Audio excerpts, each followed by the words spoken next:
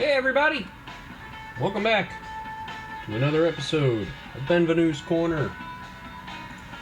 Things have been interesting this season for sure, as your Orlando Sentinels look to finish up their regular season with the best record in the NFL currently at 12-3. We know that they have secured home field advantage throughout the entire playoffs as the stiffest competition. Take a look at the schedule of that team right there at the top of your board.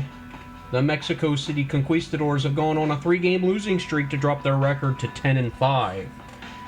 It looked as if it was shaping up to be a last game takes division lead and NFL lead, but that's not the case.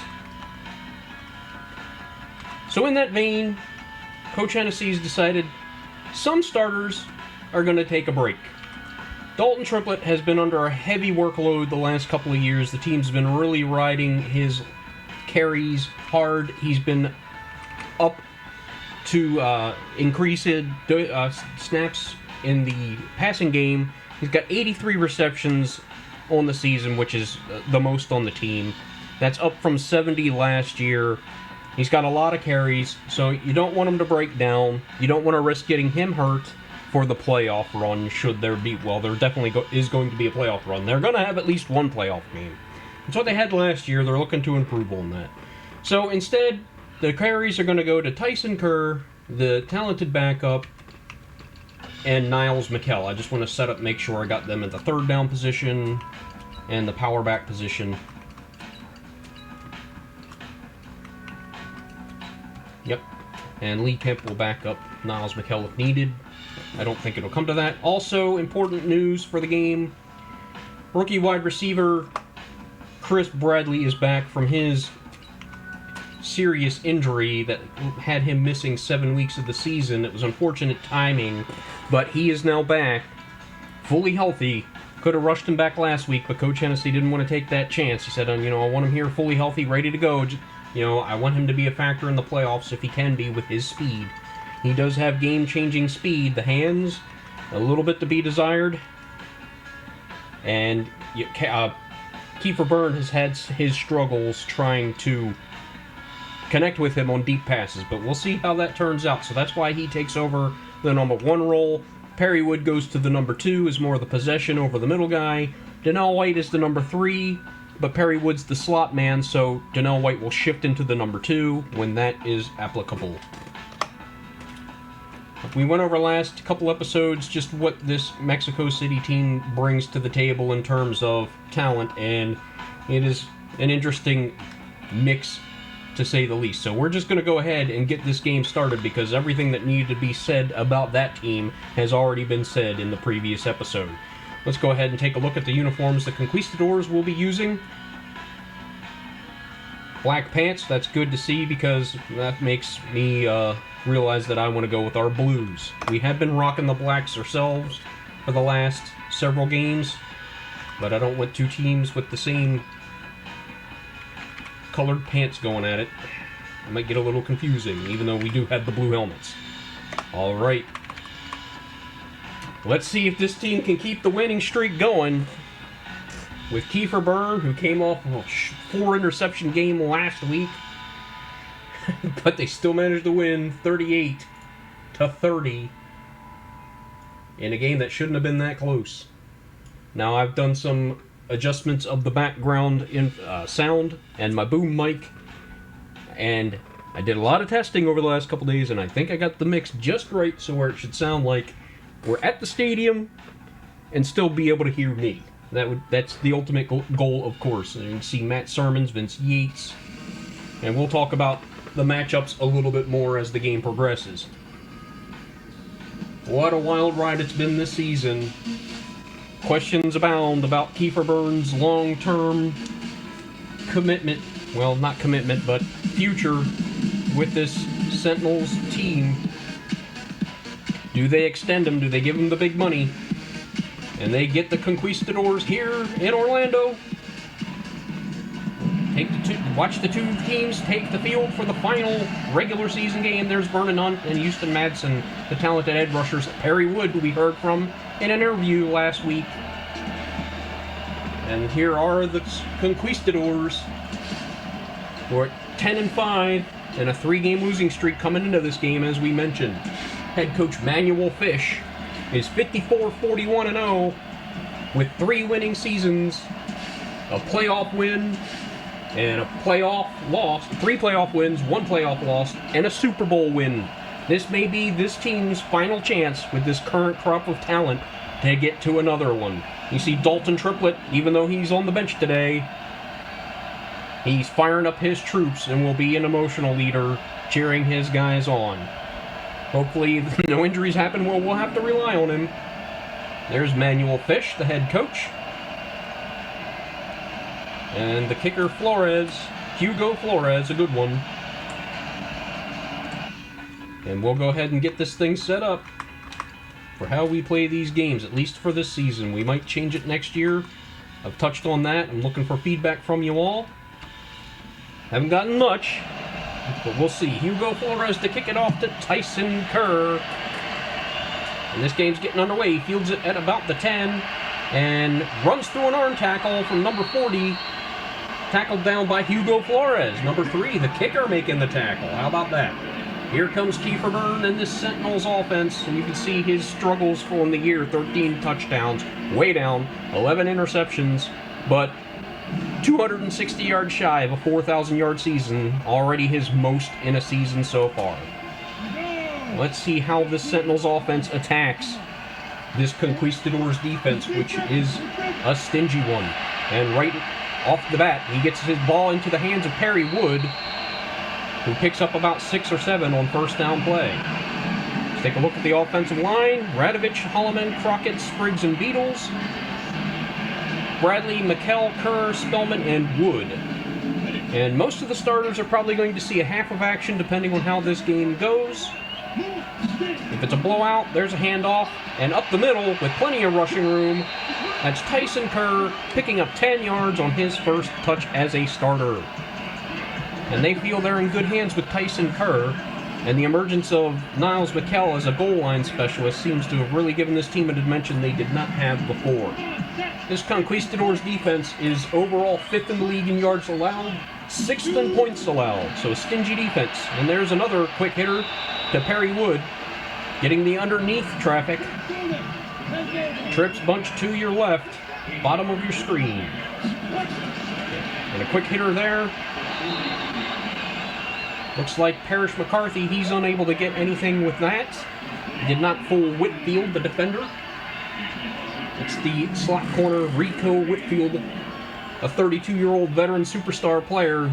Used to be a starter, but has dropped down the pecking order with the emergence of some younger players. So, again, some of that aging talent, you're going to understand that a lot of their top-tier talent is on the wrong side of 30.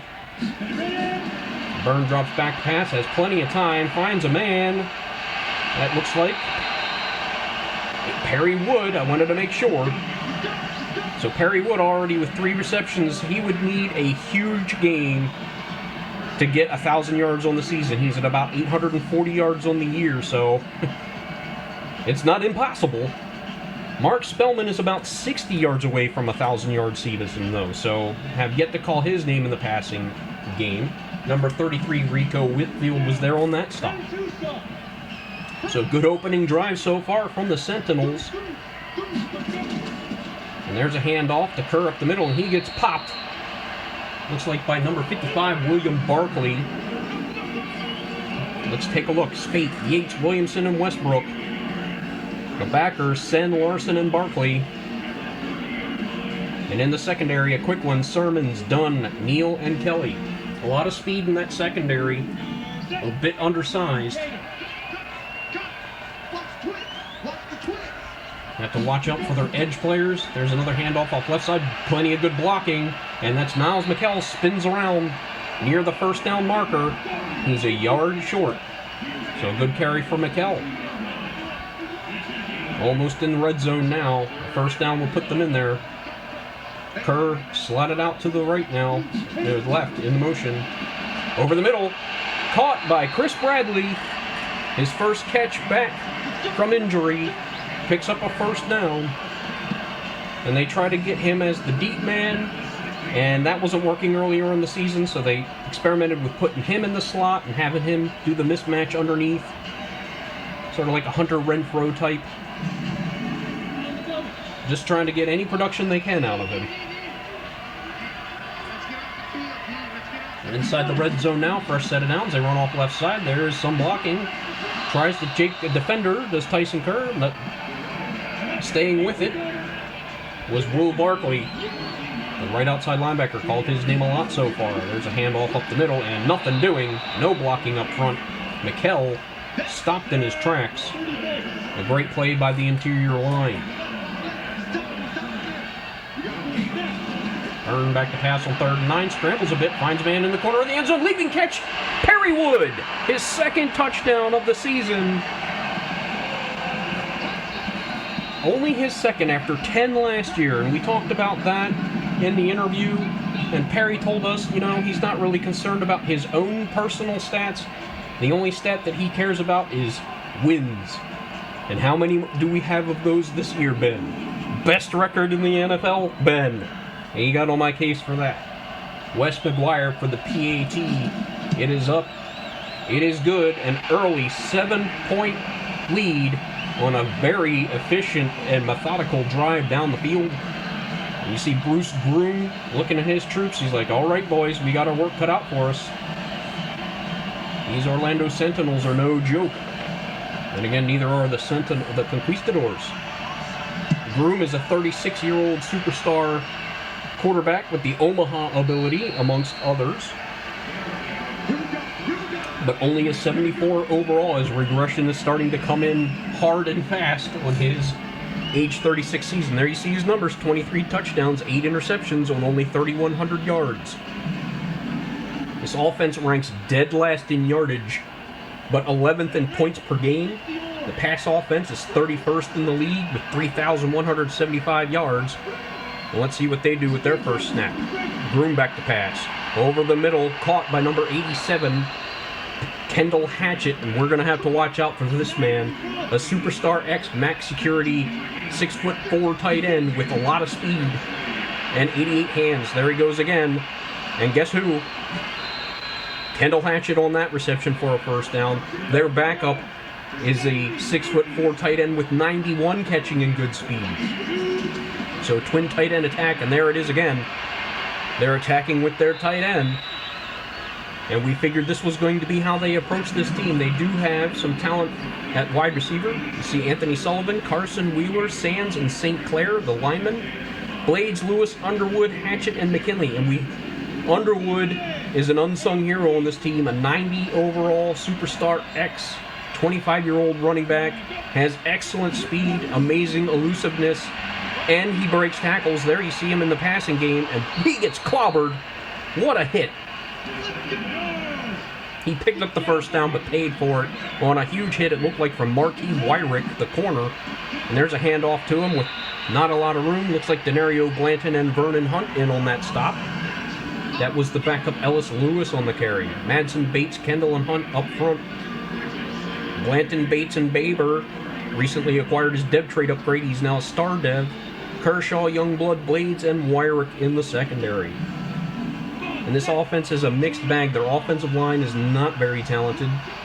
They have talented receivers, but not a lot of speed. But their starting wide receiver is 6'6". And there's Tobias Underwood weaving his way through with that elusiveness trait. And he picks up 5 yards on that carry. 3rd and 2 now. See if they can sustain the drive. They give the handoff to Ellis, who spins his way forward. Might be enough. First down for Ellis Lewis. Wyrick in on that stop.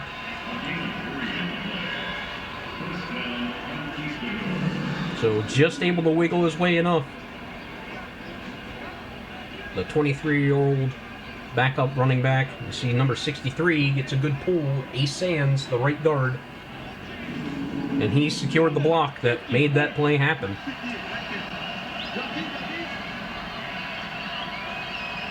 Bruce Groom, the last hurrah perhaps. He's got plenty of time. Finds his open man. That's number 85, Brennan Parker. almost had a touchdown, 3 yards out now. Groom doesn't have a tremendously strong arm. He does have very good accuracy, good escapability in the pocket. Has some wheels, but maybe a step or two slower than he used to be, but he'll still take off from time to time. So the Conquistadors threatening to answer back. He's got all kinds of time in the end zone, in and out of the hands. He had some tight coverage from London Bates. Looks like he was trying to go to his tight end again, and why not? And here's a handoff that goes absolutely nowhere. Huge Sheldon Bates blasts his way through the offensive line to make that stop in the backfield. We haven't been calling his name a lot lately. He was a terror early on the season when the rest of the defensive line was not getting pressure. And since then, the rest of the defensive line, the edge, and the other interior rusher, Kendall, have really stepped up, and he's gone a little quiet in the pass rush. It was at one time he was leading this team with 6 sacks, and since then he's had none. While other players like Madsen, Kendall, and Vernon Hunt have stepped up.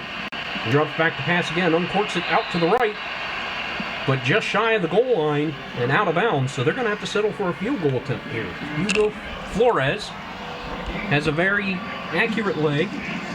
I don't think this will be a challenge for his kicking power, which is fairly good, but he's been a steady kicker for most of his career. His 90 kick power and 88 kick accuracy. You have to think there's not much risk of him missing that one. So Flores will kick it off to the awaiting Tyson Kerr, who again fields it at the 10. Has some blocking. Tackle made on special teams by number 80, Pat Ward, the backup tight end. So a very good-looking first drive for Kiefer Byrne and the Sentinels offense. Let's see if they can repeat. You see the playoff run.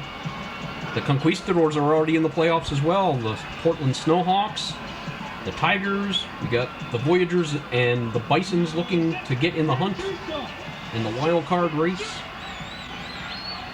And there's a handoff off right side. Kerr weaving his way through the blocks, through the traffic. A pickup of 6. Looks like a little bit of indecision in his mind of which way to cut that, but he made the right choice. Byrne heaves it over the middle. That's Perry Wood. And we're calling his name a lot. I guess the message was, get the ball to Perry Wood, get him his 1,000 yards. Kenya Tomlinson checks into the backfield. There's a play action fake. A deep pass to Perry Wood streaking down the field.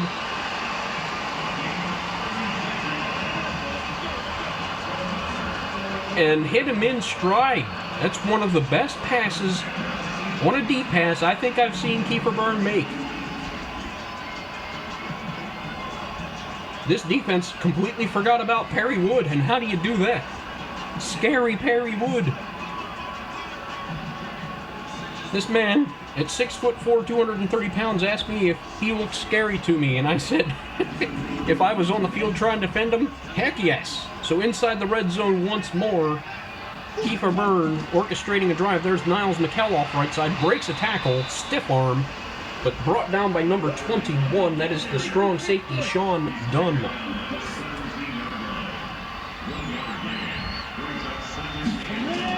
And there's another handoff off right side. Kerr jukes out a defender, has some blocking downfield. And a nice gain there. Stop made by Rico Whitfield. We've been calling his name a lot. 3rd and 4, inside the red zone. Kerr, quick hitter, back of the end zone, misfires. Looks like he was going for Parrish McCarthy and got a little bit too much underneath the pass.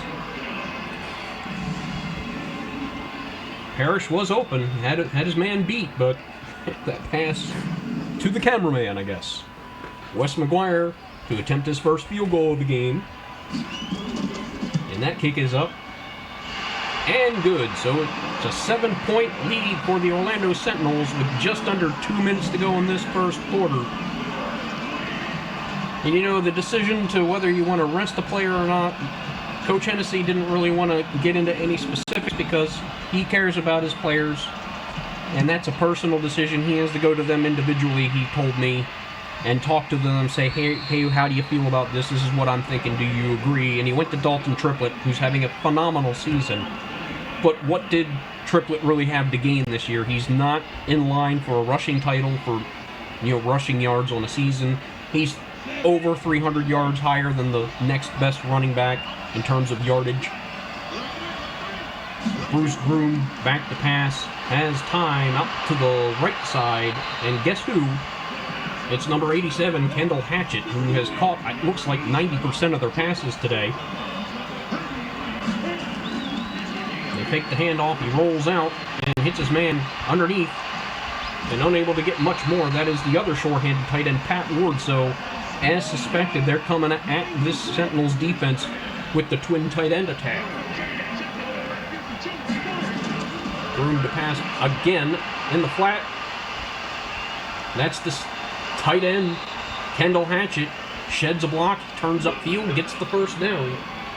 So the playmaker in this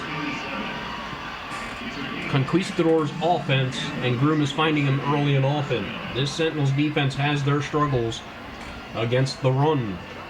And that's how another way I thought they would attack, is because Tobias Underwood is a threat, a true home run hitter on every carry he gets.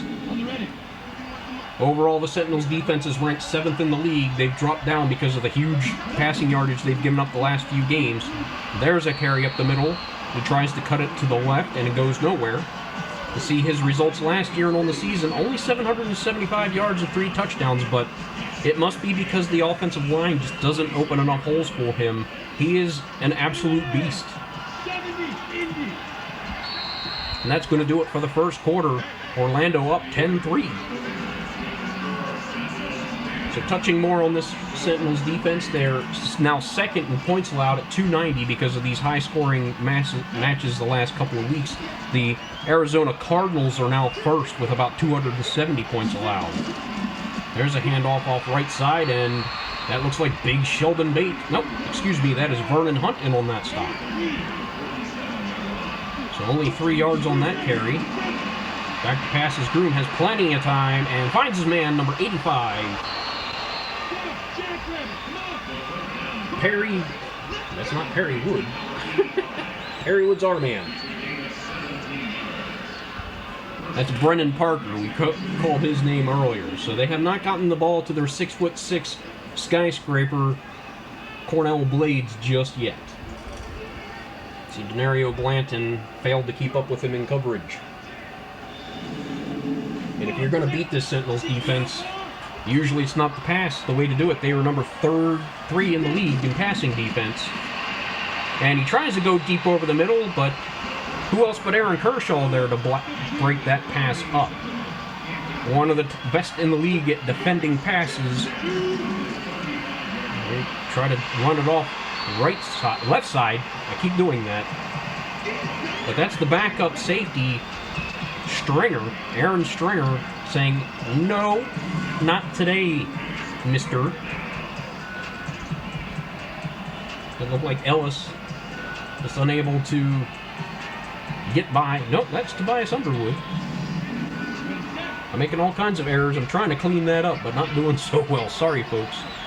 But inside Sentinels territory, 3rd and 12. Here comes the pass rush. He gets rid of it. That's the stellar tight end, Kendall Hatchet once more, but that will not be a first down. The Sentinels pass rush has stepped up recently. They are now 5th in the league with 44 sacks, and they are tied for first with 16 interceptions. So those two dynamics, maybe they go hand in hand, because they were not ranked very highly towards mid-season, and things have really turned around. Hugo Flores to attempt a field goal here. It is up and right down the middle. Perfectly done. Well done, Hugo Flores.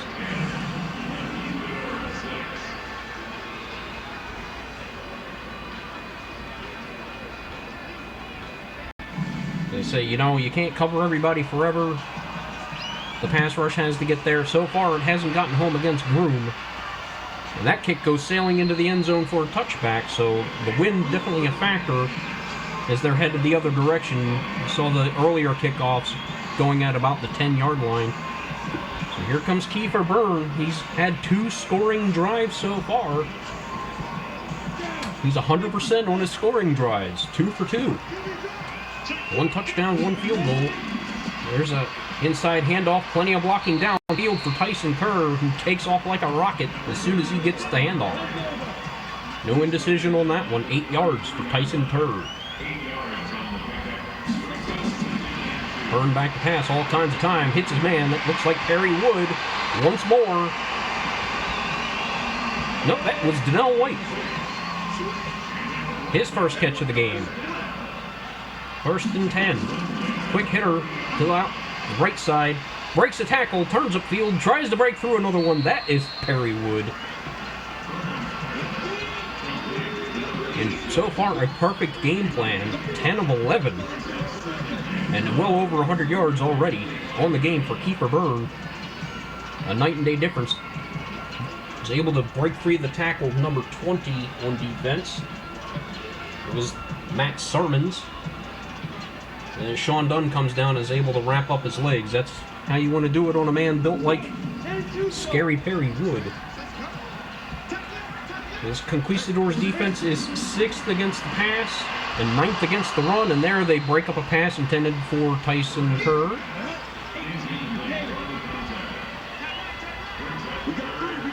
They are tied for 12th with 12 interceptions. There's a pass to Mark Spellman, and he gets by the defender. Corin McCune couldn't make the play. And nearing 1,000 yards for the rookie tight end, even though he missed 4 games this season due to injury, picks up the first down and keeps this drive going. Mark Spellman. And what a difference in the offense he has made. No knock on Mick McCarthy, who was an integral part of the offense last year, but he's no Mark Spellman. And I think at the conclusion of the regular season, we're going to say, where are they now? Where is B.J. Sullivan? Where is Chris Singleton?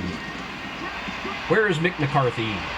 And there's Spellman again, and I think that's more than 40 yards on the game, and that's all he needed. Did he get his 1,000 yards? No, he's just short. 7 more yards for a 1,000-yard season for the phenomenal rookie. Kiefer Byrne looking as sharp as I've ever seen him. This is the Kiefer Byrne they need going forward, but unfortunately, he's absent a lot of these games. Bruce Groom is upset on the sideline. Threatening in the red zone again. And there's a handoff. Kerr breaks tackle, breaks free, jukes out another man towards the end zone, down at the 5. Tyson Kerr showing off amazing agility. Whoa my. What a weapon to have on the bench. Your starter is a guy like Dalton Triplett, and when he goes down, you have this to go to. That's why they love Tyson Kerr. It was one of the guys that Coach Hennessy was salivating over in the draft. He couldn't believe he was still there as late as he was. Power I formation, they fake the handoff, rolling out. Byrne has all kinds of time. Here comes the rush. He gets rid of it and batted away. Dangerous pass. But he got rid of it in the face of pressure. Something that he sometimes does not do, or a lot of the times doesn't do. This time, right over the middle. Touchdown, Parrish McCarthy.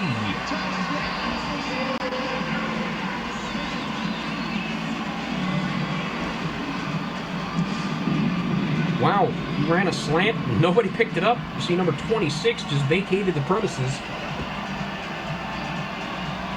That'll be the starting free safety, Aaron Neal, who just didn't pick up McCarthy. And Byrne did not hesitate to fire that pass into the end zone, pick up his second touchdown of the game.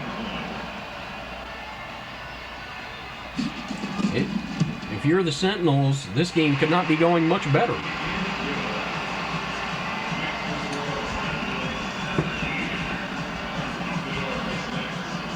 Three drives, 3 scores, 2 touchdowns, and a field goal. And Hennessy, yeah, you know he loves his guy Kiefer Byrne. This is going to be a difficult decision to make. That kick field at the 8.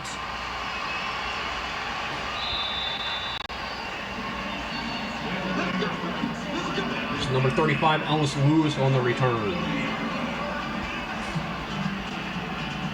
So it's not looking great for the Conquistadors so far. Groom has been fairly efficient hitting his big tight end numerous times, but drives just stalling out. We commented earlier that their offense, is one of the better scoring ones in the game, despite not getting a lot of yards through the air or the ground. There's Underwood weaving his way for only a minimal gain of 2. And I'm going to get to this point in just a second. There's a handoff off the right side. Looked like it was scheduled to go up the middle, but Underwood wisely cut it off to the right and got more out of it than perhaps was there originally. Sheldon Bates in on that tackle.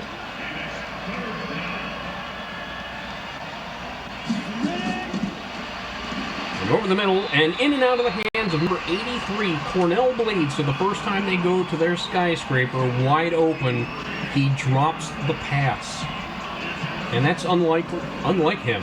He does have very good hands. There was some coverage there from London Bates. Did that break up that pass? So how does this team win, and how does it get so many points on the board? Well, they are first by far and away in forced fumbles with 44. And you hear that number and you're like, 44.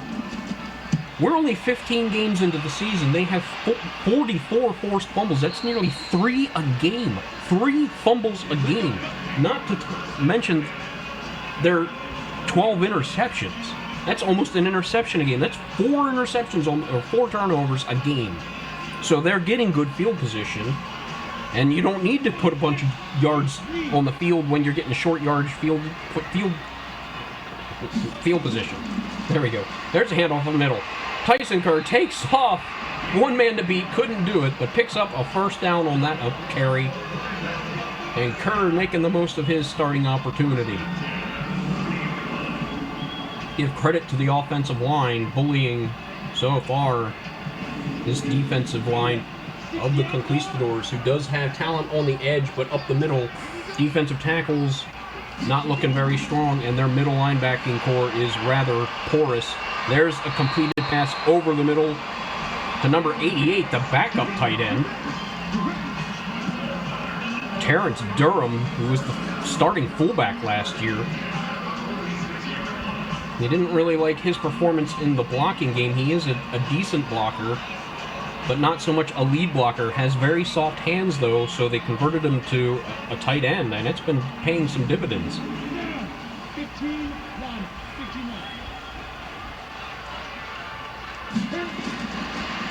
Pump fake. Deep down the field, a streaking Chris Bradley hauls it in. Touchdown, Chris Bradley! And there is the huge deep play they were looking for all season. Only his second on the year. And that was not an easy one, slightly underthrown. Bradley makes a perfect adjustment. Gets by Neal, and nobody's catching him from behind. That man has wheels. It might be an interesting foot race between Dalton Triplett, Tyson Kerr, and Chris Bradley to see who just is the fastest man on the team. Wes McGuire in for the PAT. It is up and good. They have switched the long snapper. Milton Katz is now the long snapper, the backup center. They had been going with the guard, Seth Costanzo, and things have not been all that good this year. And Hennessy is firing up his troops. It could not be going any better if you scripted it. Fielded at the 6 by Ellis. He returns it out to about the 30-yard line.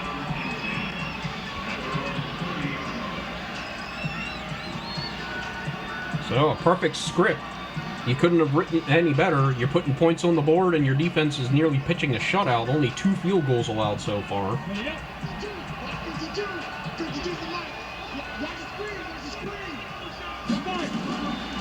You take the handoff. Here comes the rush. Houston Madsen, with his 10th sack of the season, leads the team and having an outstanding rookie year. They were wondering if he could be the replacement for Tanner Malone, and early on in the season he was making all sorts of plays in the backfield against the run, but wasn't finding any success in the pass rush. They've changed over to a 4-3 defense now, and he is really emerging as a threat. Vernon Hunt has also stepped up lately. And there's a handoff off right side. Has plenty of room, does Underwood, and he picks up a lot of yardage on that carry. Tackle made by Aaron Kershaw.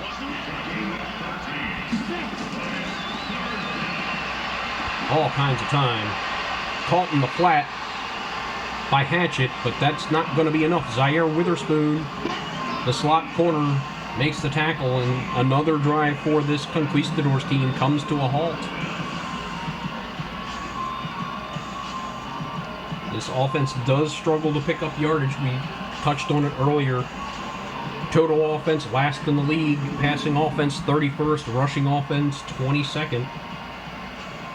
They scored 23 passing touchdowns on the season, which is good for 19th, and tied for 19th with 12 rushing touchdowns. That punt goes into the end zone from Charlie Hood. Can they do it again? Kiefer Byrne has the magic touch. A perfect pass. A perfect adjustment by Chris Bradley. That is the one element that was missing to the team last year, was a really deep threat. Perry Wood did his best in that role last year, did a phenomenal job of it. But they wanted a true deep threat, and boy, did Chris Bradley deliver. And he tries to hook up to Perry Wood there. Nice coverage by number 33, Rico Whitfield.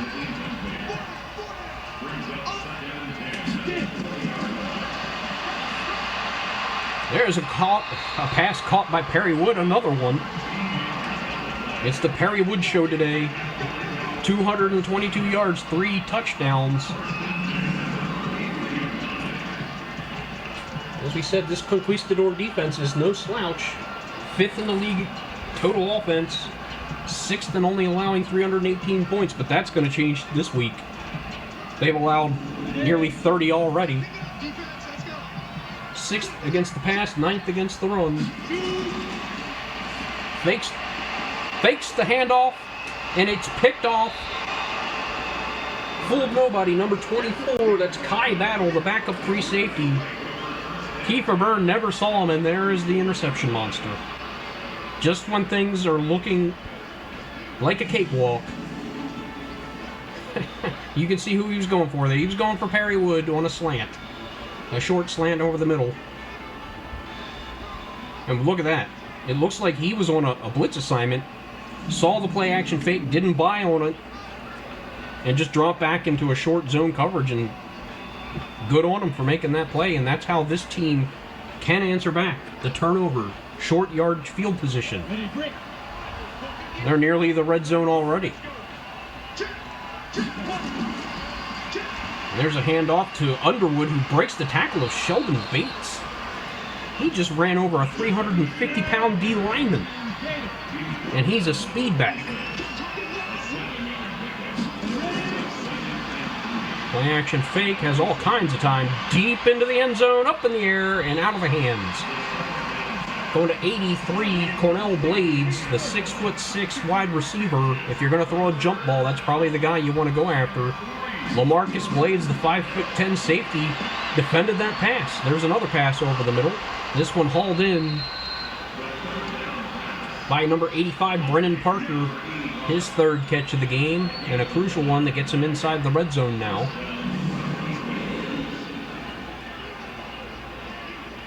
London Bates and Zaire Witherspoon with the tackle. And will this be another turnover that leads to points for Kiefer Byrne?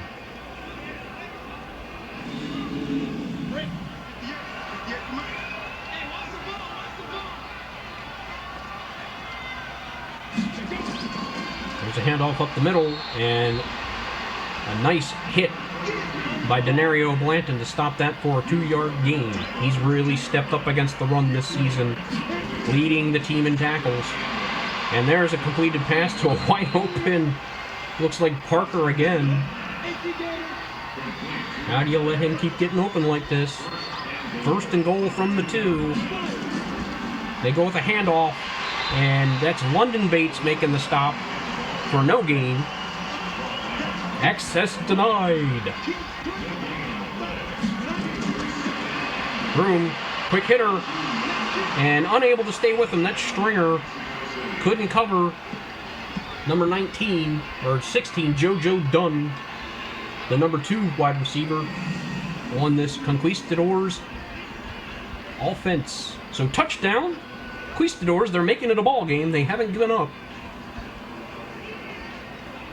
And when you have one of the higher scoring offenses in the game, you can't count them out, especially when the defense is apt for making turnovers, which we just saw. Hugo Flores with the PAT. And they chip into this lead. It's now 24-13.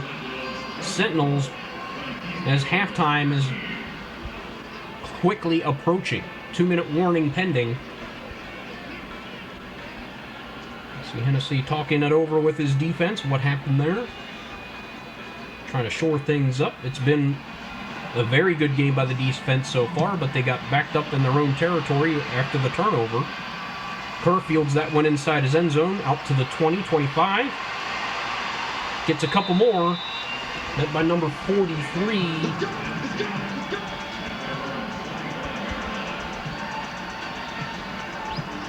I'm not sure who 43 is. I don't see a 43 on their roster. Why do they keep changing numbers on me?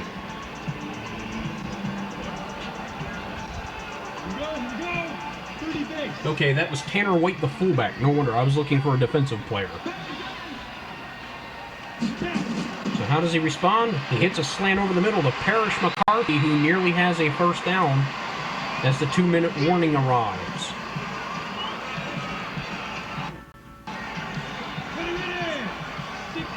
Second and 1. It's McCarthy's 3rd catch of the game.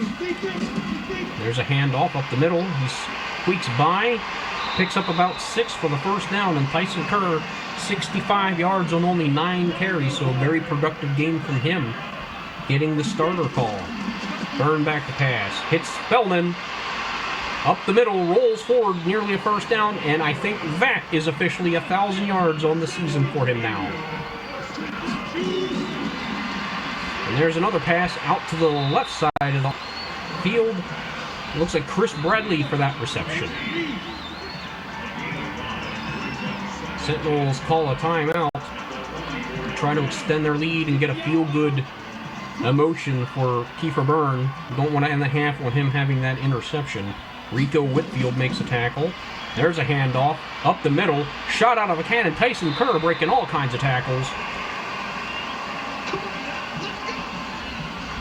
Now that fresh set of legs is really showing as Tyson Kerr is just battering this defense.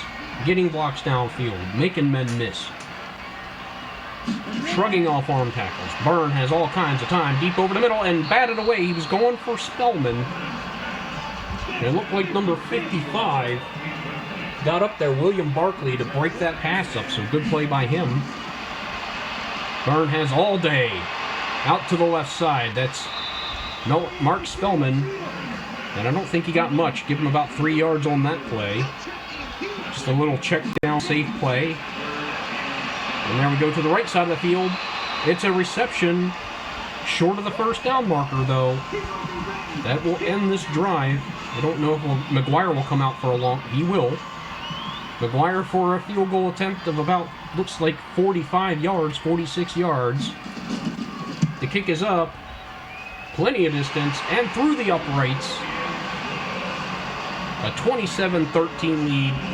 Wes McGuire, about as perfect as can be inside the 50. But his nemesis is beyond 50 yards. We know his documented struggles last year was 5 of 16 for kicks beyond 50 yards, though he did lead the league with a 58-yard field goal last year.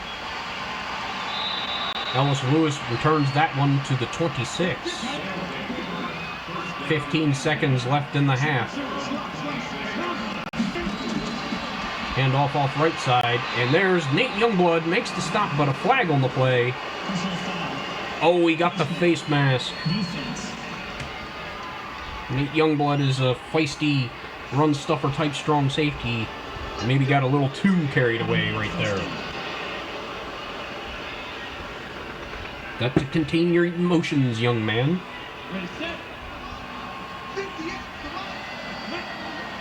So nearing midfield. Groom back to pass. Has all kinds of time. Here comes the rush. He gets rid of it. And a leaping catch over LaMarcus Blades. Kendall Hatchet. So there is the size mismatch of 6'4" against 5'10". Blades having an outstanding season. Hugo Flores is going to come out for about a 55-yard field goal attempt. Don't know if he has the leg for that, but he's got the distance and just wide left. I'll give him credit. He got behind that kick and gave it as much as he could. And that would have been good had it been on target.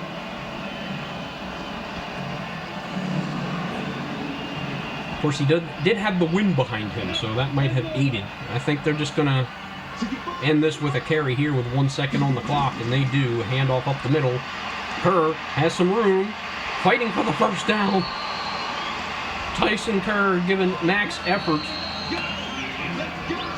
And I think with the score the way it is, we're going to start seeing some backups get onto the field for this last game of the season.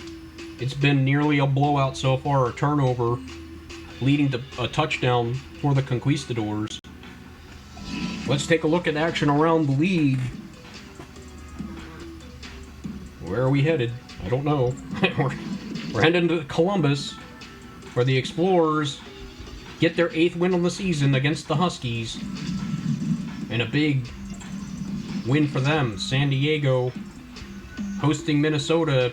They're up 21-10 over the Vikings. Crusaders only at 5-10 this year.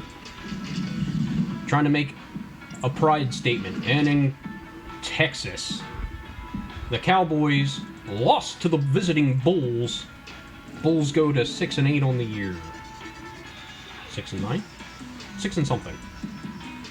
There we see Tyson Kerr having an outstanding game. Kiefer Byrne, 3 touchdowns, 1 pick.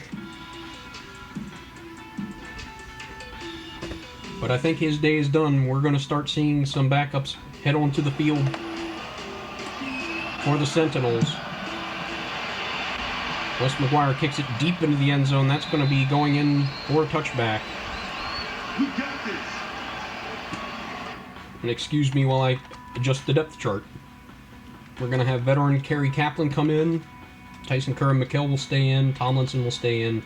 We'll leave the wide receivers in. Spellman will stay in. Jordan Hicks will come in at left tackle.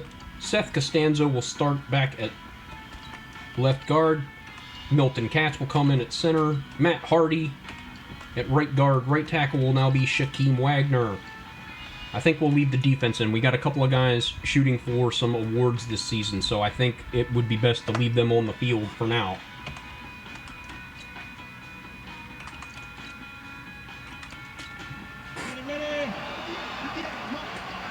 Spreading out the defense is Bruce Groom. And with plenty of time, and finds a wide open receiver. Is it who I think it is? Kendall Hatchet. With having a huge reception, a huge game, finding all kinds of holes in this Sentinels pass defense, which is normally very good. One of the best in the game, but it has been struggling lately as teams figure out how to attack the speedy secondary. You just go underneath with your big guys and take what you can, and it seems to be working out. That's how we've seen most teams attack this defense the last few weeks. So a big first down to start the quarter. And there's Tobias Underwood trying to get things going off left side. Only a 3-yard gain as he's met by Zaire Witherspoon. They go spread formation again. Here comes the blitz and intercepted. And there's nobody, one man to beat. He's breaking through the tackle. That is the rookie Marquis Wyrick. His second interception of the season. And he's been having a nose for the football, breaking up a lot of passes this year, but a lot of interceptions in and out of the hands, and they were looking for him to emerge as another shutdown corner on the other side of the field opposite Aaron Kershaw, and I think they found him. Jack Hennessy was touching on the fact that he's a 6'2", 200-pound corner that has plenty of speed, and there you see he just leaps up, snatches it at the highest point, and a turnover for this Sentinels defense. Here comes Niles McKell, the power halfback. Kerry Kaplan, the veteran's going to set up inside the red zone already.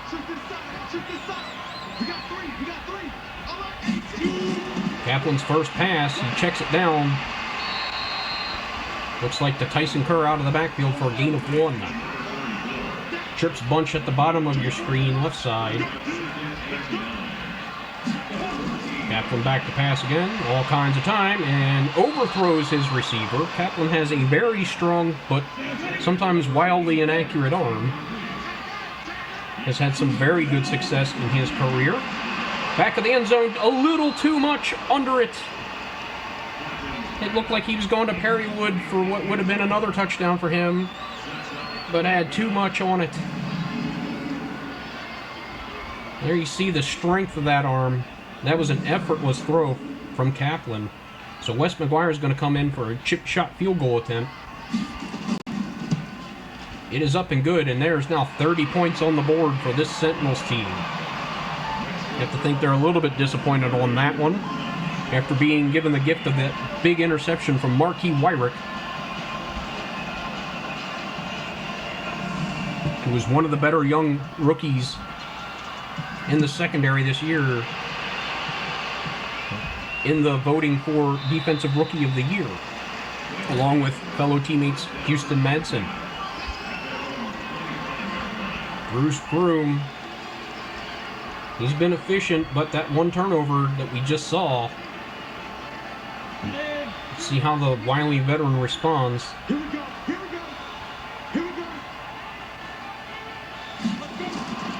They hand it off to Underwood, who gets through the first wave of defense. Brought down after a gain of 8 off left side.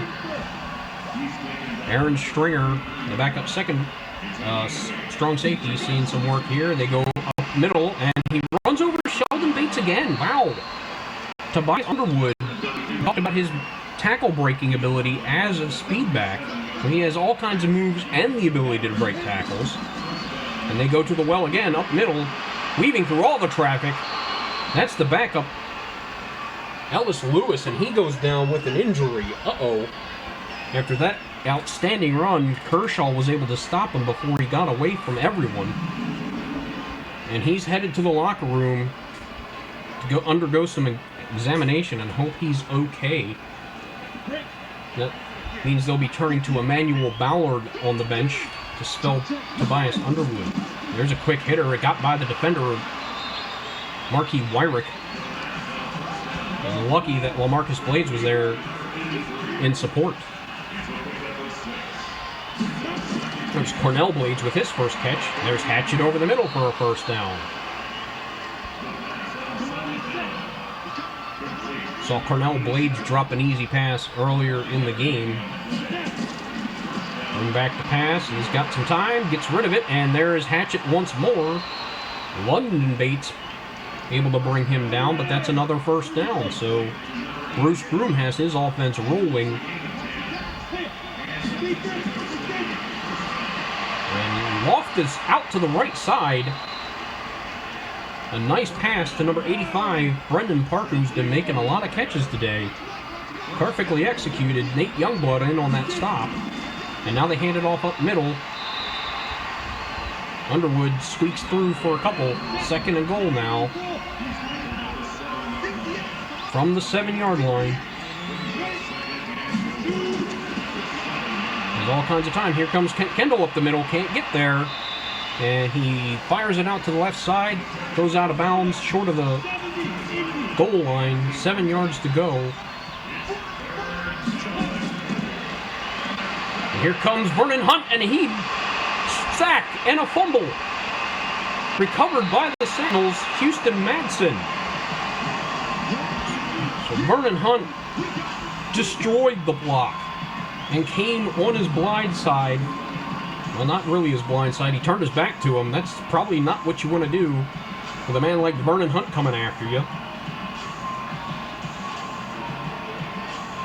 He is built like a 3-4 defensive end, but has the speed of a 4-3. He's over 300 pounds, but you wouldn't know it from how well he runs. And you see the number for Perry Wood today. 9 catches, 107 yards, and a touchdown. Can he have a big game and get over 1,000 on the season with teammate Mark Spellman? There is a run up the middle for Tyson Kerr. Doesn't get much. Tackle made by 51 Jarrell Larson, the middle linebacker. Kaplan to Spellman in the flat, picks up a few.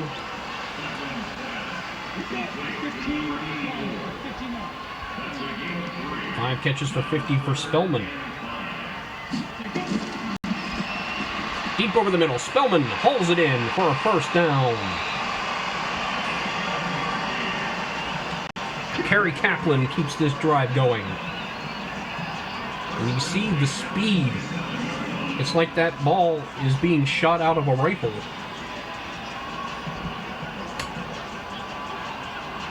Not a lot of touch on his passes as we've seen, but Kaplan showing that even at his advanced age, he's still got something in the tank. Nobody signed him to be their starter at 34 years old. There is Tyson Kerr with plenty of room off the right side. Makes a man miss with a nifty juke move. And he's over 100 yards on the game with only 13 carries.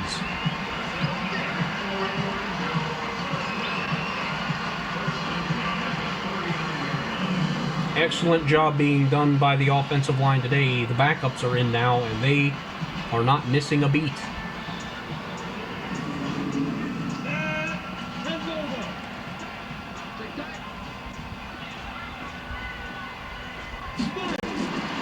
Pump fake.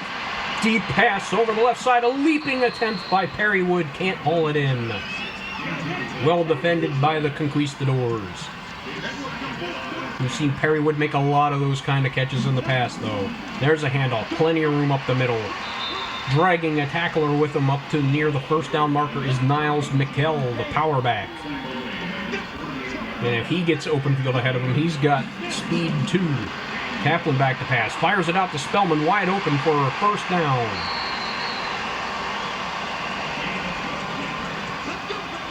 And there's 1,000 yards finally registering. So it's official. Mark Spellman, 1,000 yards for a rookie tight end, and he missed 4 games this season. So how many yards could he have if he had not missed that time?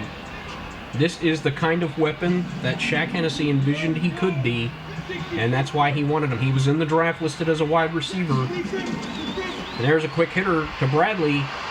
They tried to set up a wide receiver screen, didn't fool the defense. So they're trying all kinds of ways to get the ball into that playmaker's hands, try to make something happen. But this defense didn't bite. A nice play by number 26. Aaron Neal.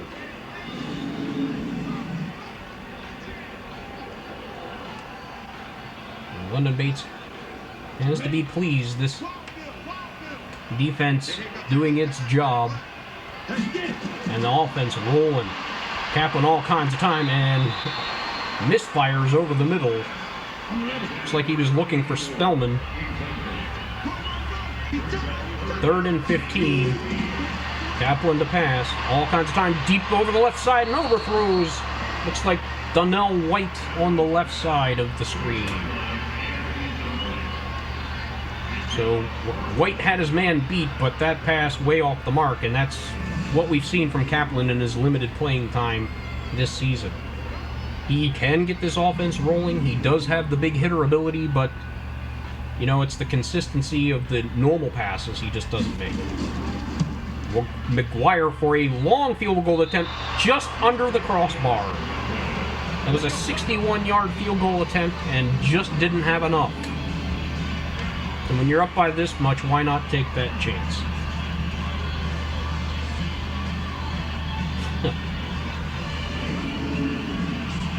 Shaq Hennessy's like, man, you can't be too upset. We know that Wes McGuire struggles. He's got the leg to make those kicks.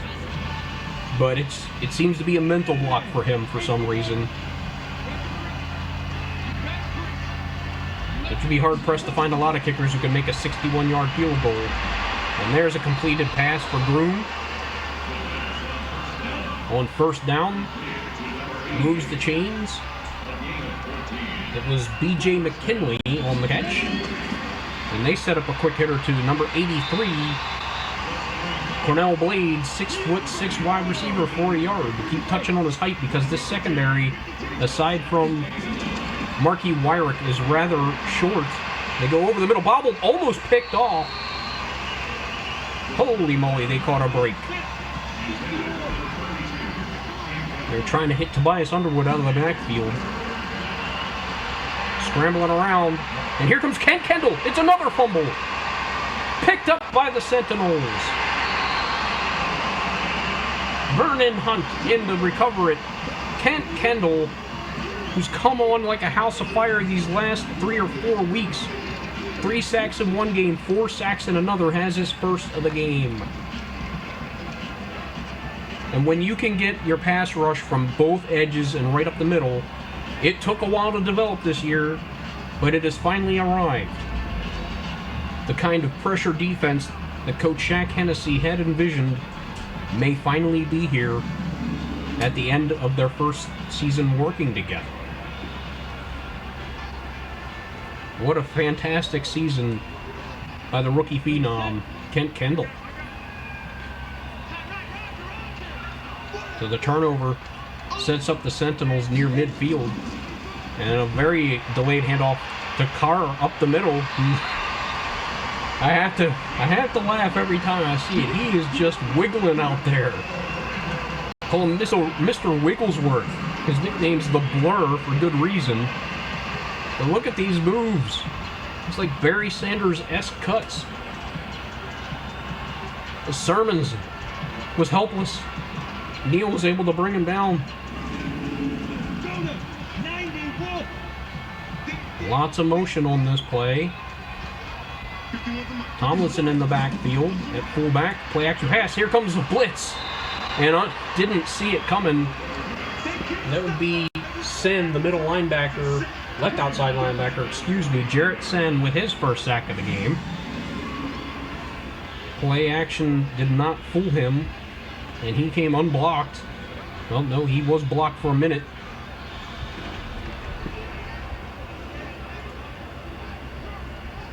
See that Shaquem Wagner, the backup right tackle, allowing that. Not protecting Kerry Kaplan. 2nd and 19 now. Pump fake. Goes back to the left. That's Parrish McCarthy for a short gain.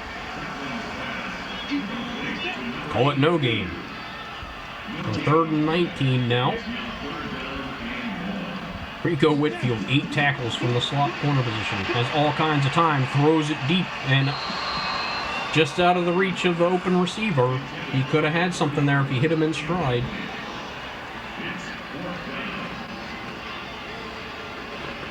So that's the knock on Kaplan. Look at that. Kerr was there. He could have made something happen had he been able to catch that one. We're going to see Spencer Parsons. We haven't called his name a whole lot today. Punts it away, I think, for the first time today. And angles it out at the 9. There we go. There's the old Spencer Parsons we know.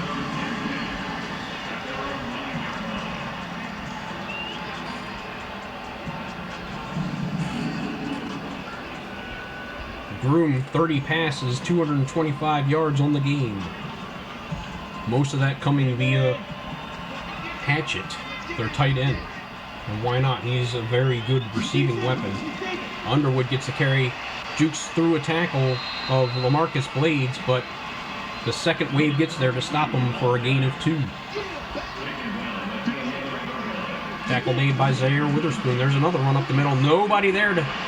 And touchdown saving tackle perhaps by Nate Youngblood as Underwood found a crease, turned on the jets, and just kept going. And I said he is a home run hitting threat every single time he touches the football. Tremendous speed, tremendous agility. You see the moves he has. He can break the arm tackles. And LaMarcus Blades, he got juked out of his ankles. The tried to arm tackle him, and there's a block downfield from the tight end, Kendall Hatchet. So not just a one-dimensional tight end, he is a talented blocker as well. Just an all-around package at tight end. Here comes the rush. It's Kendall up the middle. He gets to him again for another sack, his second of the game. The pass rush turning things up as they have a huge lead.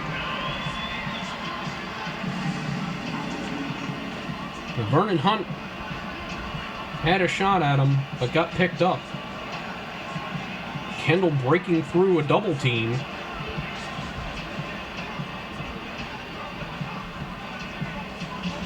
And this is really a good sign for this defense going forward if this pass rush can come together like this. So many games we saw where it just wasn't getting home, and now they're starting to get there with consistency. 2nd and 20 now. Up the middle, and the hole clogs up. Looks like a combination of Denario Blanton and Houston Madsen stops that run. Maybe a gain of 2.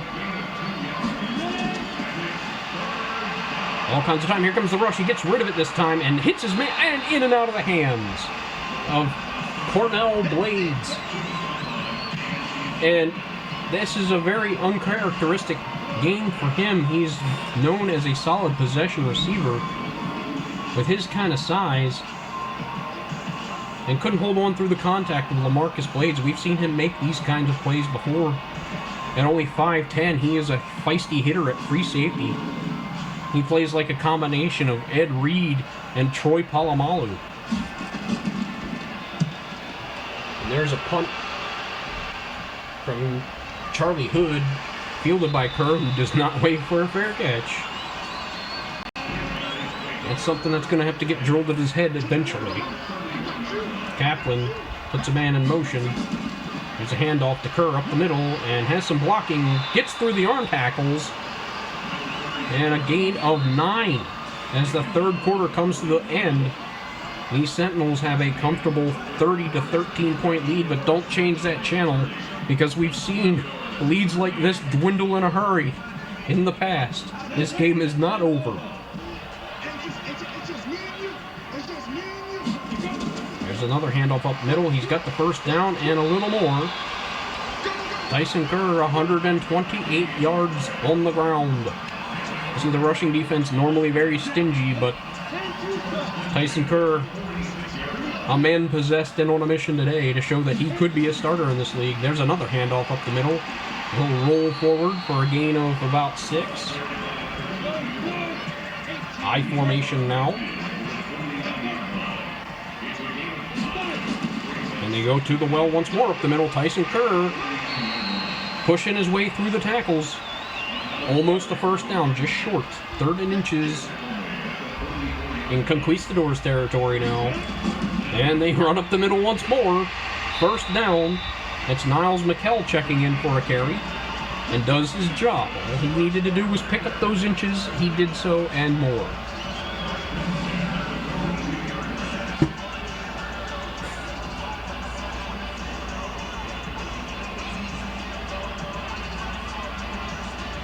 Everything coming up roses so far for the Sentinels. Couldn't have gone any better. And it looks like they're just going to go steady diet of run. Why risk an interception at this point? And there's Kerr off left side, able to find a tiny crease and pick up 5. Looked like there was nothing doing, but he manages to squeak through the hole. And now they run it up the middle again, and that's not going to get much. Number 55, William Barkley, has made a play again. Haven't called his name often, but he's making some plays for this defense. Kaplan back to pass, checks it out to Niles McKell, not known as a receiving back, but he hauls in that one for a first down, so give him credit. It was not an easy catch. He had to go up in the air for that one. And there you see Dalton Triplett cheering on the younger.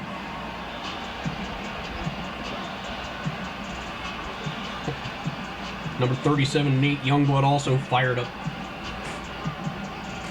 What a great season for the Sentinels team. Shaq Hennessy inherited a 2-14 team that never won more than 5 games in a season before he took over. There's a handoff, up middle, breaking through the tackles, spinning around. Tyson Kerr picks up 6 when it looks like he would have been stopped at the line of scrimmage. Credit to Spate on the tackle, the left end. And there's another handoff up the middle, and rolling forward again, Niles McKell near first down territory. A yard to go. That's Alfonso Spate again on the tackle. Kaplan back to pass. And slings it out to Spellman, who's got a wide open field. Touchdown, Mark Spellman. I believe only his 3rd of the season. He picks up a lot of yards, but they tend to go to other situations near the end zone. Hauls in an inaccurate pass. Turns around upfield. And nobody able to stay with him. That's Aaron Neal, the free safety, who couldn't catch up to him. So Kerry Kaplan's first touchdown of the game.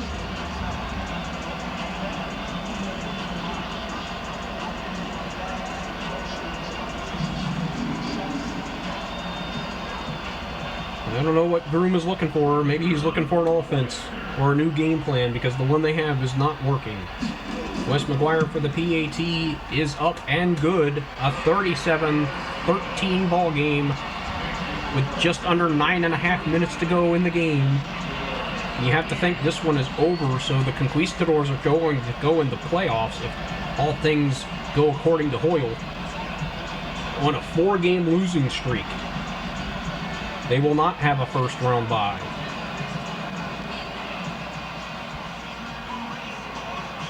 McGuire kicks it off. Fielded at about the 3 or 4 yard line by Underwood. Excuse me. It's 31. Corin McCune, the backup corner. That's right, Ellis Lewis went out with an injury, the starting return man. He has not checked back into the game, so unfortunately it looks like he might miss some time. Spreading out the field is Groom. They're going to be looking for some big plays, and there it is to Kendall Hatchet, who's having a huge game. Unfortunately, 12 catches, 120 yards for the tight end. Virgil Hyde, the veteran, with the tackle.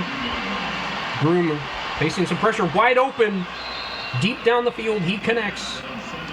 The biggest play of the game so far to their speedy receiver, B.J. McKinley. Talked about this earlier, the polar opposites. Cornell Blades, the number 1 receiver, 6'6". Not a lot of speed, but McKinley is 5'11" and has plenty of it. Nate Youngblood, the deep man, able to bring him down before that play turned into something even bigger.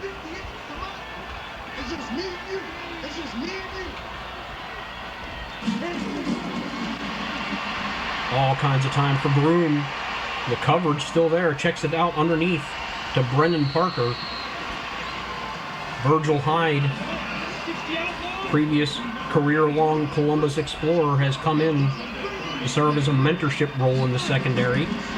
Groom back to pass again. Out to the left side. Nobody in front of him, and he gets out of bounds. Brennan Parker had nobody in front of him. Could have had a touchdown, but somehow can't control his body. Goes out of bounds. Takes the handoff. All kinds of time. Here comes the rush. Gets rid of it to the back of the end zone. Well defended there. Jump ball. Nobody could come down with it.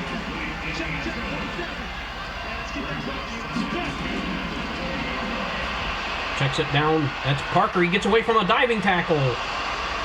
Nate Youngblood hits him and tackles him. But a first down. So Brennan Parker caught it, turned on the Jets, and was able to outrun the leaping tackle attempt. Back of the end zone and drags his toes for the touchdown. Excellent reception for number 16, JoJo Dunn.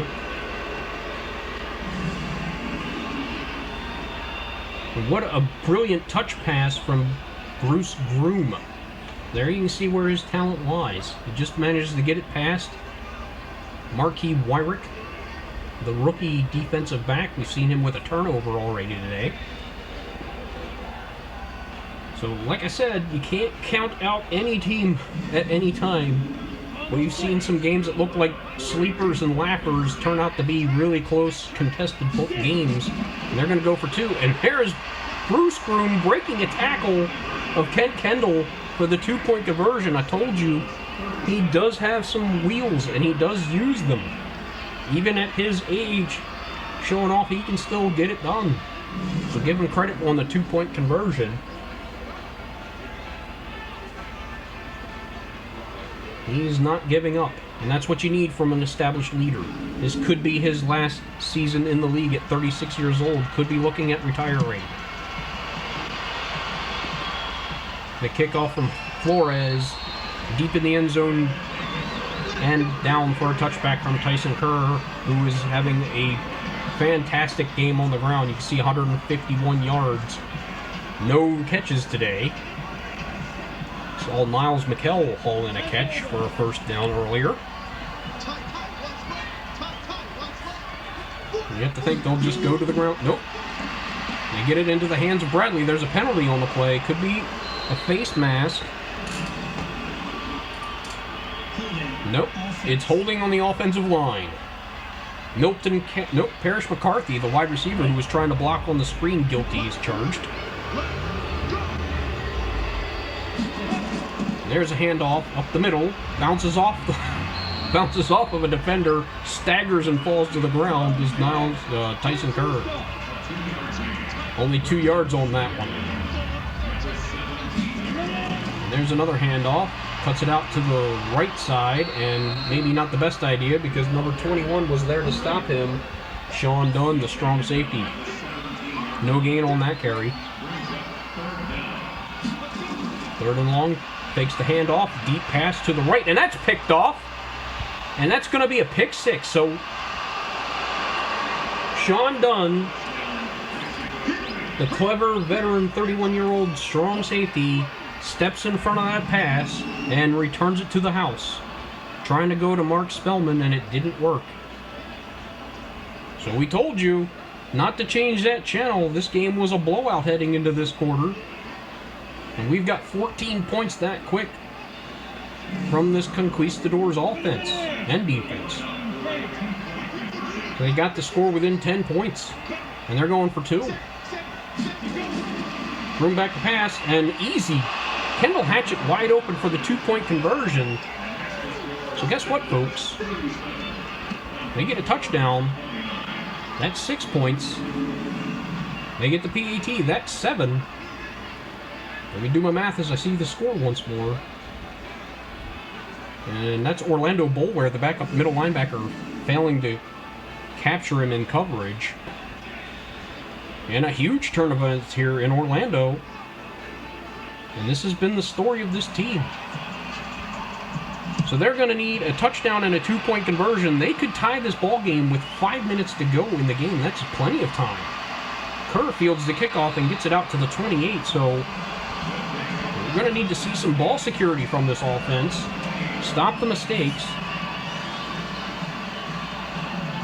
We saw a touchdown lead to points off of an interception from Kiefer Byrne earlier. And there's a pick 6 from Kerry Kaplan, the backup. You know he's got to be kicking himself. His job is to hold on to the lead, and so far, not doing a fantastic job of it. You have to think they'll go steady. Nope, he's going to drop back to pass. I don't understand. Plenty of time. Deep bomb. Left side. Looks like he was going for 83. Trying to see who that is. That is a backup tight end. If that's indeed who that was. Kiefer Sanders setting up the screen. McKell has it. Lowers his shoulder. Rolls over some defenders. Close to a first down. Give McKell credit on that play. So they're 3rd and 1. Nearing first down. Do they hand it off here? I'd have to think so. Up the middle, and plenty for the first down. Give him about 3 yards for McKell. Just doing his job. Nothing fancy.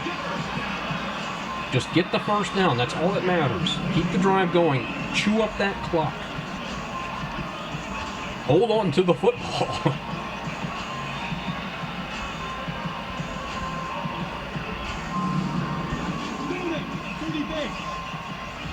And I was thinking they would go more to the ground, but they've gone to the air so far, and they don't really have to with this lead. There is a handoff off right side, going nowhere.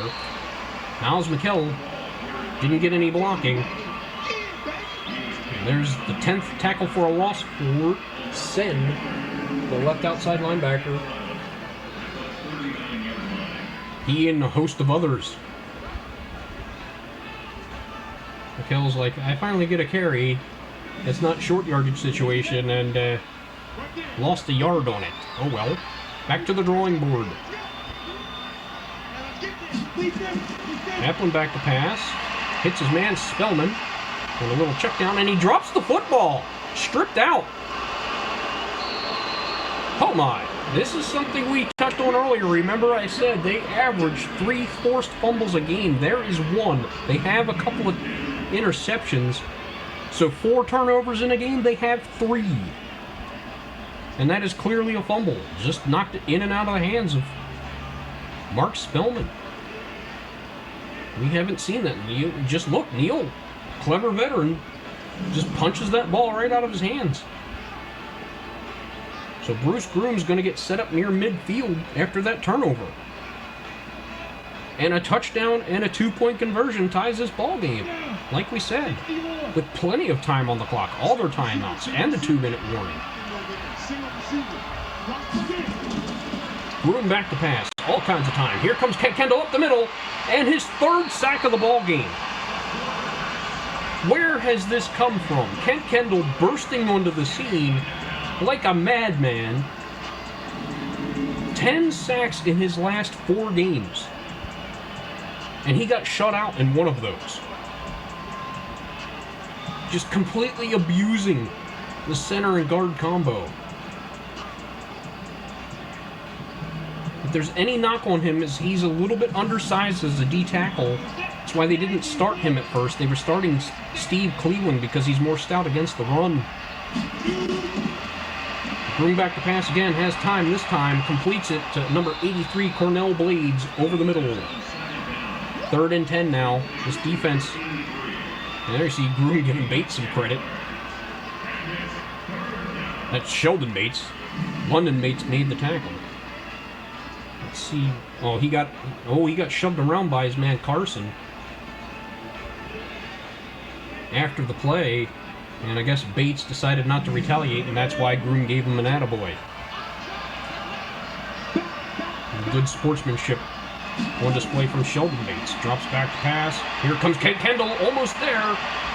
Completes the pass on the sideline to Tobias Underwood, who goes out of bounds.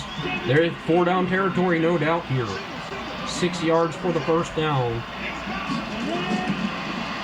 Room with the time. Here comes Madsen. And leaping catch defended. London Bates with a huge play. He had a Death Star trait. He said he was going to single-handedly destroy this Sentinels, or this Conquistadors offense. There's a pass defended. He needed to have any combo of 3 of forced fumbles, interceptions, sacks, tackles for a loss. I don't think he's going to get it. Other players have certainly stepped up. So that is the huge play this team needed from their defense, and this Sentinels defense has bailed them out of a lot of crucial situations like that. And yes, they better go jumbo run heavy now. And no, they're gonna, oh my goodness. They set up and fake that kind of play, try to get it to Bradley, and they almost threw a pick 6. What are they thinking? I don't agree with this play. And Kaplan's going to be back to pass again, deep over the middle. That is Spellman, who lowers his shoulders, picks up a first down, goes back to Spellman after he had that turnover.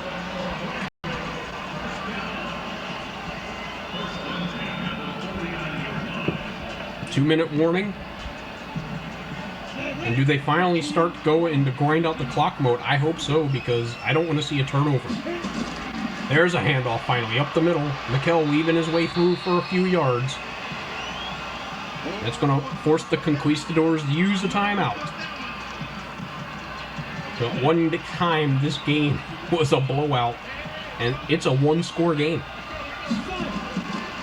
Up the middle again, and only good for a couple.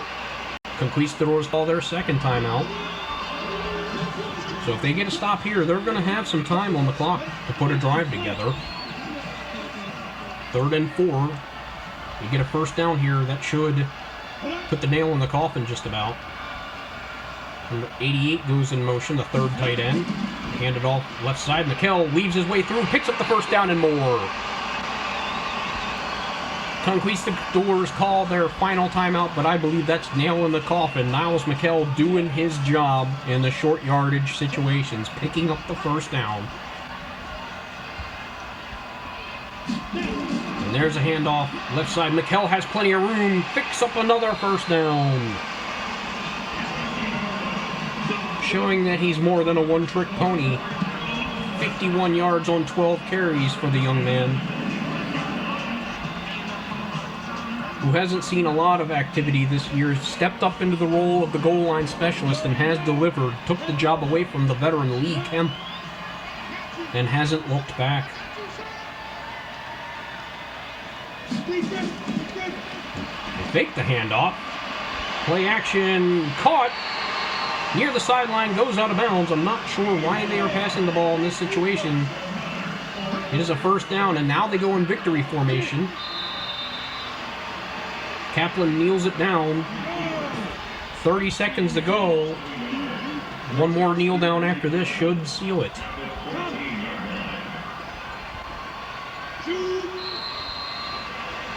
There you have it, folks. The Orlando Sentinels moved to 13-3. Saw a lot of great performances from the defense, from the offense.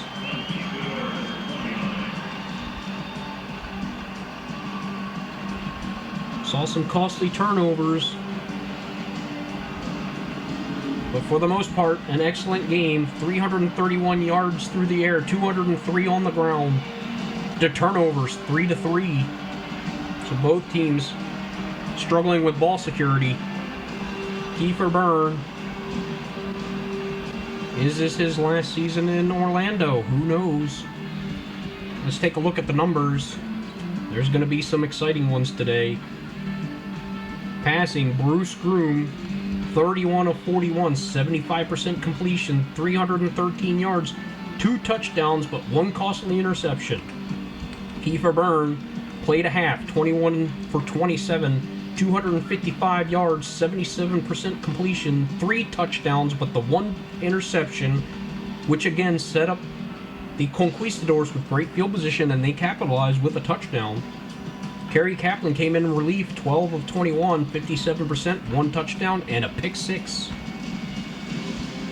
On the ground today, and we know what the story is today. Tyson Kerr, 23 carries, 151 yards, no touchdowns, but boy, did he really show what he's capable of if he was pressed into the starting role. Tobias Underwood, I thought he would be a big factor of this game, but the early scores from the Sentinels forced the Conquistadors more into passing mode, so he only got 19 carries for 68 yards. Niles McKell, 12 carries, 51 yards, a lot of key first downs. Ellis Lewis, in reserve, had some good carries, 3 for 24, but went down early with an injury and did not come back. Kaplan with the 2 kneel downs. Let's take a look at the passing numbers. First for the Conquistadors, we knew it was Hatchet, 12 for 120 yards. The 6'4", 250-pound tight end with the hands of pillow soft hands. Brennan Parker, under the radar here, 8 catches, 108 yards. We saw him get that one wide open, and he couldn't keep himself in bounds. Here you see Cornell Blades, 3 for 17, had some crucial drops. B.J. McKinley had that one big hitter that almost went for a touchdown. Nate Youngblood was able to stop him, 3 for 48. JoJo Dunn, 2 for 8, with 2 touchdowns. So hit both of his catches at the red zone. Mr. Red Zone, 2 touchdowns, 2 for 2. Tobias Underwood, 2 for 12. Pat Ward, the short-handed tight end, 91 catching for their backup tight end. He's also got wheels. He is a fast tight end. Surprised he didn't show up more. Only 1 catch for 5 yards. For the Sentinels, Mark Spellman, 10 for 110 and 1 touchdown. Perry Wood, 9 for 107, 1 touchdown. Parrish McCarthy, 4 for 12, but 1 touchdown. And Chris Bradley on that big hitter, 4 for 60, 1 touchdown. Niles McKell, 2 for 13. Shaquem Wagner, the right tackle, that's who made that sideline catch at the end of the game. What they do is in jumbo package goal line formation, they put an extra offensive lineman in as a tight end, a lineman eligible, and every once in a while they sneak open. We saw Jordan Hicks catch a touchdown off of that formation and catch a big pass for 30 yards late in another game. Terrence Durham, the backup tight end, 1 for 16. Donnell White, 1 for 8. Tyson Kerr, 1 for 1. Let's see the blocking. Shaquem Wagner allowed the sack on that one play action pass when Kerry Kaplan was in the game. We remember that. The offensive line, I told you, was a problem for this team, and it definitely showed today. Benji St. Clair allowed 2 sacks. Leonard Wheeler, the center, 1. And Ace Sands, the right guard, having all kinds of trouble with Kendall. Defensively speaking, Rico Whitfield, their corner slot man, all over the field. 12 tackles, 2 for a loss. 2 passes defended. Good game for him. We saw Sean Dunn make some plays. 10 tackles, 1 for a loss, 1 interception. I believe that was the pick 6, wasn't it? It was. He also had a pass defended. Matt Sermons, their starting corner, 9 tackles. Did he defend any passes today? No, he did not. Aaron Neal, 6 tackles, 1 for a loss. Niles Kelly, 7 tackles. Aaron Neal, 6 and 1 for a loss. 5 tackles for Larson and Sen. Sen with a sack. Also Spate, 5 with 1 sack. 1 for a loss. Kai Battle, 5 tackles. Let's see who got their sacks. Only 1. It was Sen. Interceptions, 2 of them. Kai Battle, the backup, 6'4" free safety. And Sean Dunn, the strong safety. Let's take a look at passes defended here. Rico Whitfield, 2. Sen, Kelly, Battle, and Dunn, all with 1. Forced fumbles. Aaron Neal, this is their specialty. Only 1 forced fumble, but the 2 interceptions. And we saw that they got the pick 6 from Sean Dunn. For the Sentinels, there's going to be a lot to go over here. Tackles is London Bates leading the way. He said he was going to destroy this Conquistadors offense. Maybe not as big of a game as he wanted, but 11 tackles, 1 for a loss. 2 passes defended. I don't know if passes defended count. The tackles for losses definitely do, but he has 3 defensive plays. I don't think that's enough. I don't think passes defended counted. Zaire Witherspoon, our slot man, 9 tackles. Denario Blanton, 9 tackles. Nate Youngblood, 9 tackles, 1 for a loss. I believe he broke up a pass. He did. Lamarcus Blades with a pass defense, 6 tackles. Kershaw, 5 tackles, pass defended. Marquis Wyrick, 4 tackles and the big pick 6 for 48 yards. Kent Kendall, another huge game, 3 tackles, all of them sacks. So if you're only going to have 3 tackles, make them all sacks. He also had a strip sack, a forced fumble. Houston Madsen jumped on one of those sacks, those fumbles, had a sack of his own on 3 tackles. Sean Stewart saw some backup time, 3 tackles. Vernon Hunt, the right end, 3 tackles and a sack. So the pressure coming from everywhere. He also forced the fumble, recovered one of them. Veteran Virgil Hyde, we saw him step on the field for 2 tackles. Andrew Stringer, 2 tackles, 1 for a loss. Sheldon Bates, 2 tackles, 1 for a loss. And we have Spellman, Kaplan, McKnight, Wood, and Steven all with a tackle. In the kicking game, Hugo Flores did all he could. 2 for 3. Tried to make a 51, tried to make I think it was a 60-yard field goal that missed just barely. He had the distance on it and just missed wide left. Wes McGuire, 3 for 4 inside the 40, inside the 50. He was fine. Tried a 61-yarder that missed short. Just went under the uprights, so almost had enough. Parson got on the field for only 1 punt, so that shows you what kind of game it was. 1 for 39, it went out of bounds at the 9, so a perfect punt there. Charlie Hood, 3 punts for 176 yards, 2 touchbacks. In the return game, not a whole lot going on here. Lewis, 3 for 63, and left due to an injury. His backup Corin McCune got 1 for 17. Punt returns, there weren't any. For the Sentinels, Tyson Kerr got 1, but didn't call for a fair catch and paid for it. Aaron Posey, 1 return for 30 yards. Kerr, 3 for 72. So Posey is the backup. return man. Kerr, since he was the starting running back, needed some breathers. So that's going to do it for today. Awesome way to end the season. I'm going to have a follow-up episode which kind of just touches on the season stats, the awards, that kind of thing. We'll take a look at where are they now, some Sentinels that were here in the first season that moved on. Tanner Malone, the big sack specialist who wanted a big contract. He wanted it done now, before the season ended. The Sentinels were like, no, let's wait and see how things go. He had a really down season to start it off. They traded him away for a second-round pick to the Elks. So we'll see how he's done. Another edge rusher was Tracy Felton, who was a talented veteran. You know, you can get about 5-6 sacks out of him a season, but they were looking to get younger. They found a taker for his services, and we'll see how he's done. Big Mick McCarthy was the receiving tight end last year. He was replaced by the younger and more dynamic playmaker, obviously, in Mark Spellman. We'll see how he's done with his new team. B.J. Sullivan, the former number 2 wide receiver for this team, lost his job to Donnell White, and we'll see if that was the right move.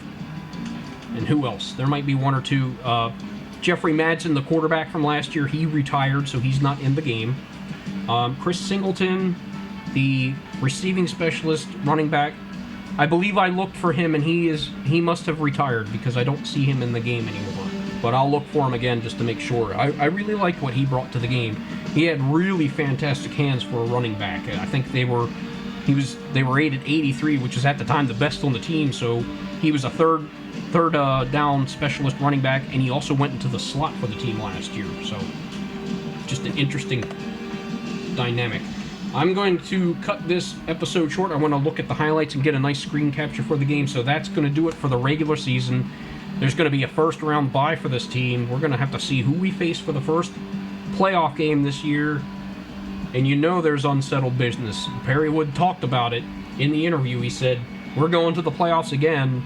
We've got some unfinished business because they went to the playoffs last year and were one and done. You know they're looking for more than this, especially since they have home field advantage. An exciting year. I almost can't believe it. This game was a blowout, and then give credit to the Conquistadors making it a close one at the end. They had a chance to come back to this one and tie it up and force overtime, but this defense stepped up when it mattered. I want to thank you all for joining me on this long ride. I know it's been longer than I would have liked. Some health issues and other things. You know, life sometimes throws you curveballs, and you just got to roll with them best you can. I've tried to crank out the content as much as possible, as often as I could. So hopefully you all are staying with me for this haul. Thank you for tuning in. Thank you for the likes, the subscriptions, the views. Please comment. Let me know what you think of the season. Let me know what you think about Kiefer Burns' future for this team. It's looking shaky, if I'm to be honest. Does a deep playoff run or a world championship change that? You know, are they winning despite him? I think so. I mean, this game was a breakout for him. 3 touchdowns, 1 interception. But again, the 1 interception, which led to points. We've seen that a lot this year. Sure, he put up a lot of yards, but the turnovers, the lack of touchdowns. Is this a guy you can pay big money to lead your team and gel around? Or do you need to support him with not only fantastic offensive weapons like an outstanding running back like Dalton Triplett, who you're going to have to pay big money to in a free agency, outstanding wide receivers and tight ends, and then a knockout defense? I mean, you can't afford to pay all that kind of money to everybody. We're going to have some big contracts coming up to some very young players soon. And the money is limited. You can't pay everybody. So decisions are going to have to be made. I wouldn't want to be Coach Jack Hennessy right now. So, once again, thank you so much. I want to give a shout out to Dakota, the longtime fan. And, commenter. He leaves really long, detailed comments that shows me he really loves this team and the journey that they've had. Beta Bros, thank you. Let's see, Eduardo Pena, thank you. Chip Masters, thank you. Rapid Fire Gaming, thank you. Am I forgetting anybody? I hope not. If I didn't call your name out, leave me a message and I'll make sure to call you out. I really appreciate the views. Let your friends know about this franchise because, you know, I understand it's Madden 20 from 2 years ago. Madden 22 for PC does not have any of the next-gen features that they are putting in the other consoles, the Xbox, the PlayStation 5. PC isn't getting any of that. So it's virtually the same game as Madden 21, which is virtually the same version as Madden 20. So it's literally the same game, just with updated rosters. So why would I go out and get that? Not only that, but I'm pushing my PC currently to its limits. It's a 10-year-old rig, about to be 11, and it's struggling to do what it's doing right now. Believe me, it's about at its limit right now. I don't know if it can handle much more.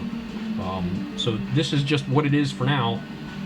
And I hope you're enjoying it. I know I can't bring the visual quality I'd like. The audio quality is what it is, so I'm just looking to be creative and entertaining. And hopefully that's how you find this. Have a great weekend, everybody.